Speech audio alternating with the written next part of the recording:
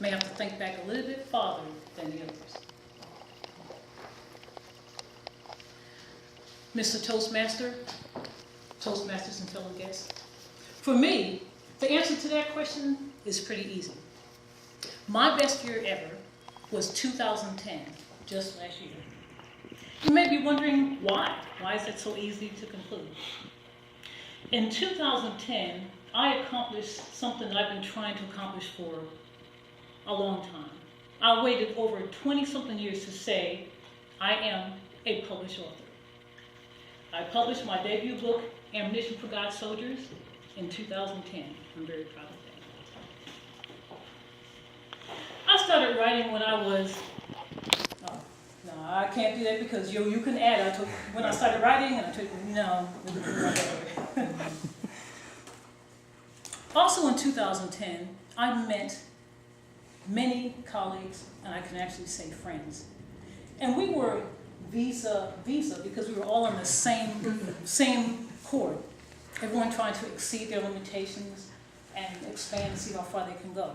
I've met people who took me under their wings with sincerity, gave me direction, ambition, resources, information, without expecting anything in return. Now there's some who went actually a little bit farther than others.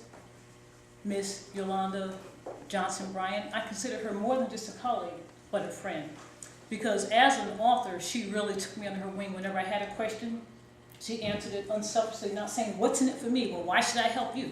She really gave, and I just consider her a friend. And I really appreciate her sincerity and her charity. Not only that, but there's someone else here at the Nesbon Center, Miss Kathy Lee Daniels. All of you know her. She's the one who puts on a lot of these workshops and seminars. And the first time I came here was for a workshop called How to Publish Your Book or something like that. And I was just about to publish. And I needed some more information and resources. I went there. I was blown away with the fact that this was free.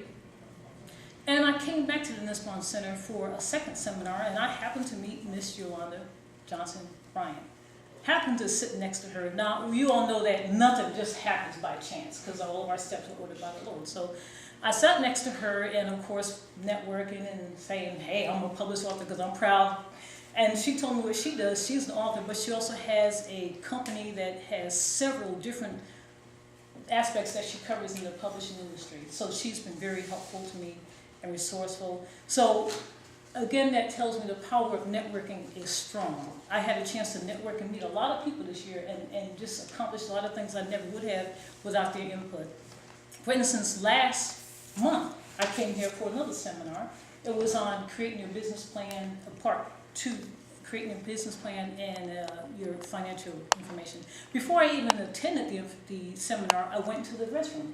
And I met the lady who was going to be speaking, Miss Rankin, and I recognized her from the flyers that they have on Facebook. And I spoke to her and told her I'm a published author. And she said, great, you know, I work for Bennett College and we're going to be having a seminar next month and we're looking for people in the communication field. I said, great, I also do radio. So I'm hooking up with her, and so I felt before I even attended the conference, I scored. The power of networking is phenomenal, and I really had a chance to developed that during 2010. Also in 2010, my oldest son, I have 4 sons, my oldest graduated from high school, and that was a feat because I really had to push him and think he wasn't going to make it, and he's going to school in Florida, so that was a victory. In 2010, I was able to get back with the radio station. I do a jazz show. I'm an announcer on WSNC 90.5 Winston-Salem State, and I got a chance to do that. I really enjoy it. It really fulfills me in my life. I was able to get back to that. I was able to volunteer in the Bookmark Festival. That's a festival in Winston where I live that's done every year.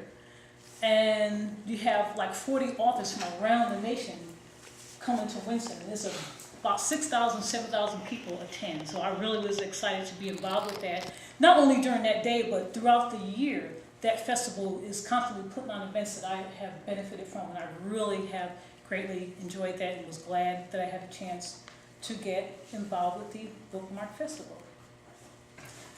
You may wonder, wow, if you accomplish all of that in 2010, what's next? Is there anything left for 2011?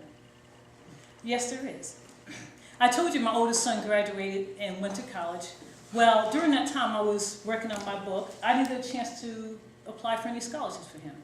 My next son is going to graduate this year, and I've already applied for 2 scholarships, so that's a victory, and that's accomplishment right there.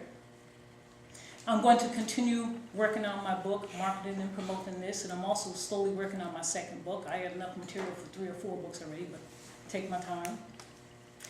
2011, I plan on becoming a homeowner. I am working on my credit, so that's something I plan to accomplish. This is a big one here. I'm going back to school this year. Oh, In right. August, I'm going to go to Salem College. I've already applied. I'm working on the admission things. I'm going to get a Master of Fine Arts in Creative Writing because I don't have any formal training. I have talent. Has carried me so far. So those are some of my plans for 2011. I believe that it is important to set a goal and accomplish it and go as far as you can. By show of hands, how many of you agree with me that it is important to make this year the best year you ever had? Mr. Toastmaster.